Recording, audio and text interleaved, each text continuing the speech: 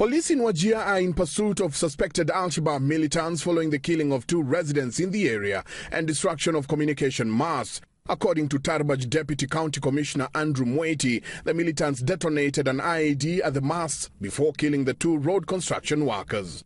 They later destroyed 2 cars and burnt down newly built police houses which were unoccupied. Communication in the area has been paralyzed due to the attacks. This is the second time the militants are destroying communication masts in Wajir, amounting to millions of shillings.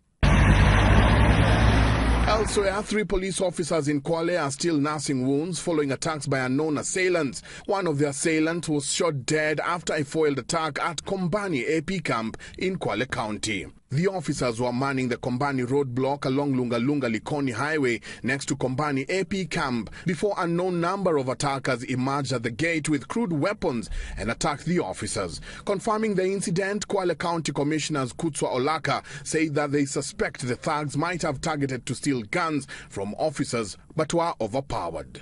Ndio nataka tu kuhakikisha wananchi wa Kwale ya kwamba maafisa wa usalama katika kaunti hii wataendelea kuchunga maisha yao kwa hali ya juu, na pia nataka kuhakikishia watalii na wale wageni wamekuja kujifurahisha katika msimu huu wa Krismasi na mwaka mpya kwamba usalama wao unachungwa vilivyo na maafisa wetu wa usalama. A joint security operation is going on in the nearest villages to search for more than 8 suspects who fled with gunshot wounds. Several items were recovered from the deceased assailant. And in Baringo, tension is high in Bishkek after a police officer from the Rapid Deployment Unit was seriously injured and a truck torched after unknown heavily armed bandits ambushed and attacked more than 8 officers as they were on normal patrols. Confirming the attack, the Baringo APC Robinson Diwa said that the incident happened when the officers were on normal routine patrol along Nosukro when they were attacked by armed bandits suspected to be from the neighboring Pokot community.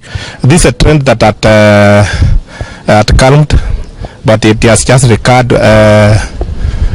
2 weeks ago. Our AP camp at Nosukro have been attacked 3 times. By bandits believed to be Pokot. The officers were overwhelmed by the heavily armed bandits, forcing the officers to flee, leaving behind the truck. We will be mounting a very serious operation, and I can assure you we'll get them, whether alive or dead. Let them be warned, and we are not going to relent.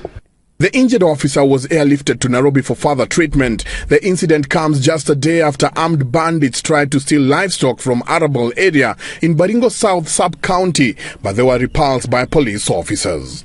Michael Njenga for Citizen Weekend.